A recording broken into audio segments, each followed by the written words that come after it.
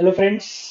सो एक क्वेरी मेरे पास बार बार आ रही है और वो क्वेरी आ रही है regarding how to prepare for GST subject CA inter में। ये जो क्वेरी है उसको मैं एक बार रिजॉल्व कर देता हूँ। कुछ बच्चे मेरे से बार बार पूछ रहे हैं कि सर हम जीएसटी आपके साथ चैप्टर देखते जा रहे हैं, समझ में भी आ रहा है, लेकिन उसको प्रिपेयर कैसे करना है। आपका क्वेश्चन बैंक भी करते जा रहे हैं, लेकिन एग्जाम में वो कैसे आएगा, हाउ टू प्रिपेयर इट, वो एक बार अपने को फोकस करने का।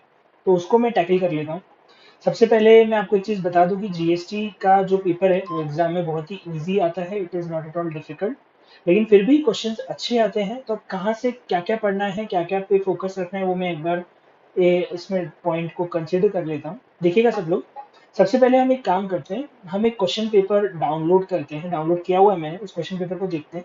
ये क्वेश्चन पेपर मई 19 का है।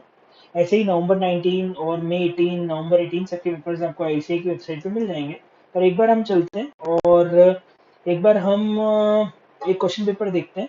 ये question paper, yes, this question paper is May 19 GST का क्वेश्चन पेपर है। और यहाँ से पार्ट बी चालू है इसका। Yes, this is part B, यहाँ से चालू है।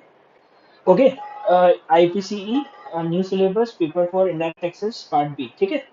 अब आप देख सकते हो पहला क्वेश्चन 8 नंबर का है, जिसमें क्वेश्चन में बोला है कि registered supplier GST regular scheme में पे कर रहा है, इसकी कोई थ्रेशोल्ड एग्जेम्पशन मतलब कंपोजिशन स्कीम में नहीं है। Inter state intra state CGST SGST का आईटीसी का बैलेंस, और नीचे उसमें कितना कितना उसने आईटीसी का कोई पॉइंट पॉइंट भी डाल दिया कि उसने एक बिजनेस परचेज के लिए कार खरीदी है जिसका उसने कैपिटलाइज किया है। इंटर स्टेट परचेज करी है रजिस्टर्ड डीलर से, और रेट ऑफ सीजीएसटी आईजीएसटी दिया हुआ है, साथ में टैक्सेस से एक्सक्लूसिव है और आईटीसी मिलेगी, और आपको नेट जीएसटी पेबल दिखाना है। इस क्वेश्चन को आप देखोगे तो प्योरली प्रैक्टिकल क्वेश्चन है, पर इस क्वेश्चन में दो चैप्टर के कॉन्सेप्ट लग जाते हैं। एक तो जो बेसिक पढ़ाया था मैंने सीजीएसटी एसजीएसटी के सेट ऑफ का, और एक आईटीसी का, दो मेन इसमें कॉन्सेप्ट लग जाते हैं। तो ऐसे क्वेश्चन पता है एग्जामिनर बहुत पसंद करते हैं, जब वो एक फुल फ्लेजेड क्वेश्चन देते हैं, परचेज सेल आईटीसी। तो ये एक पैटर्न का 8 नंबर का क्वेश्चन एग्जाम में जनरली आता है। प्रैक्टिकल है, प्योर प्रैक्टिकल। दूसरा क्वेश्चन आप देखोगे तो ये एग्जामिशन का क्वेश्चन है। एक सेकंड, वैल्यूएशन का क्वेश्चन है। एक्सटेंडिंग हाउसिंग लोन टू इसका नो एग्जामिशन है। बैंक का क्वेश्चन है, उन्होंने क्या क्या सर्विसेज दी हैं और उसमें क्या क्या वैल्यू ऑफ टैक्सेबल सप्लाई। वो एग्जामिशन का क्वेश्चन है कि बैंक की कौन कौन सर्विसेज टैक्सेबल है, कौन कौन से एग्जाम्प्ट है। Again practical question.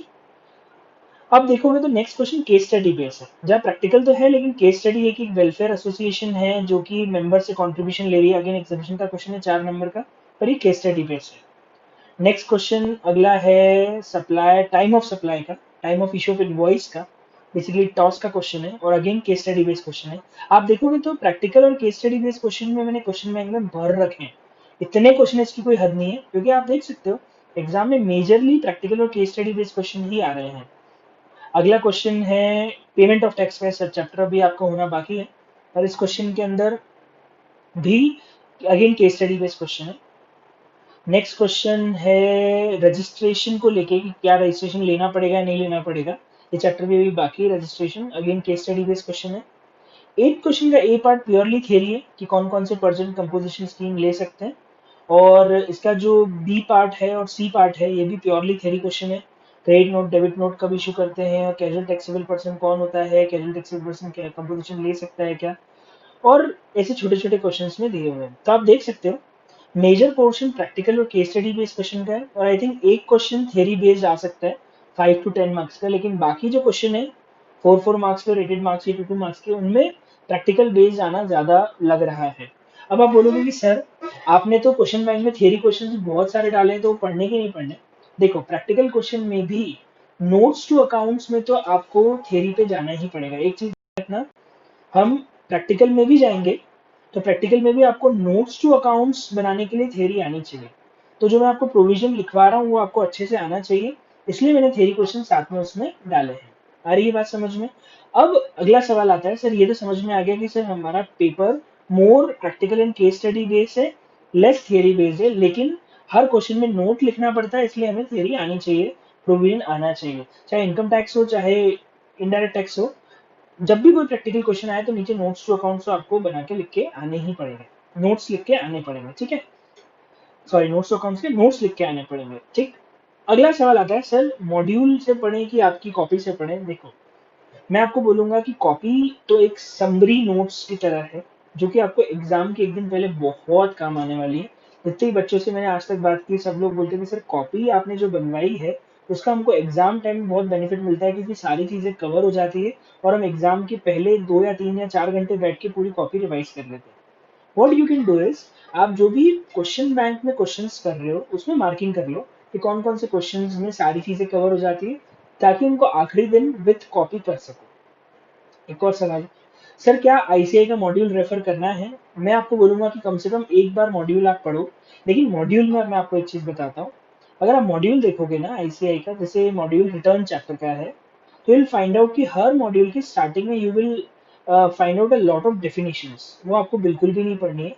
तो डेफिनेशन मैंने काम काम की थी, वो आपको क्लास में बता दी, आपको सिर्फ वही पढ़नी है। जैसे रेसिपिएंट की डेफिनेशन, पर्सन की डेफिनेशन, वो हर चैप्टर में रिपीट हो रही है, तो वो आपको नहीं पढ़नी, पहली बात। दूसरी बात, आपके जो बॉक्स में जो बना हुआ है ये भी नहीं पढ़ने का है, बिकॉज ये वाला पार्ट बेयर एक्ट पोर्शन है, ये पोर्शन। आपको पता है क्या पढ़ना है? आपको एनालिसिस पढ़ना है, आपको बेयर एक्ट नहीं पढ़ना है। एग्जाम में बेयर एक्ट कभी नहीं आएगा, आपको सिर्फ एनालिसिस पार्ट पे जाना है। तो आप एनालिसिस पढ़िए और इस पे भी मार्किंग करते जाइए, जो चीज आपको लगता है कि नई मिल रही है, कॉपी के अलावा कुछ और नया मिल रहा है तो उसको मार्क करते जाओ। बाकी आपको सिर्फ मार्किंग करनी है मॉड्यूल के अंदर, ताकि कॉपी से कुछ हटके चीज मिले तो मॉड्यूल में मार्किंग हो जाए। वैसे मैंने कोशिश तो यही की है कि 90% चीजें मॉड्यूल की कॉपी में कवर हो जाए। तो 10% अगर आपको मार्किंग करना है तो आप एक बार मार्किंग कर लीजिए पढ़ के, पर मैगजीन रीडिंग की तरह पढ़ो, इंपॉर्टेंट चीजें मार्क कर लो, बस इतना काफी है। अभी आपको रटना बिल्कुल भी नहीं है, आपको वापस एक बार बता दूं कि आपको बिल्कुल भी नहीं रटना है अभी जीएसटी को। क्वेश्चंस की प्रैक्टिस करनी है, प्रैक्टिकल की, केस स्टडी बेस की। प्रोविजंस कॉपी से अच्छे से आने चाहिए, मॉड्यूल की मार्किंग कर लो, दैट्स इनफ। इससे ज्यादा आपको अभी पढ़ने की जरूरत नहीं है। मेरी प्लानिंग ये है कि मैं रिवीजन लेक्चर्स भी अपलोड करूंगा जीएसटी के, ताकि आपको रिवाइज करने में भी हेल्प रहे, टाइम टू टाइम हम जीएसटी को रिवाइज भी कर सकें। ठीक है, तो ऐसे आप पढ़ते जाइए। इसके बाद आपको और भी क्वेरीज आती तो प्लीज लेट मी नो, आप मुझे फोन पे बताते जाइए, मैं उसको लेके जितनी चीजें क्लैरिफाई करनी है उतनी चीजें आराम से क्लैरिफाई कर सकता हूँ। ठीक है, थैंक यू, बाय बाय।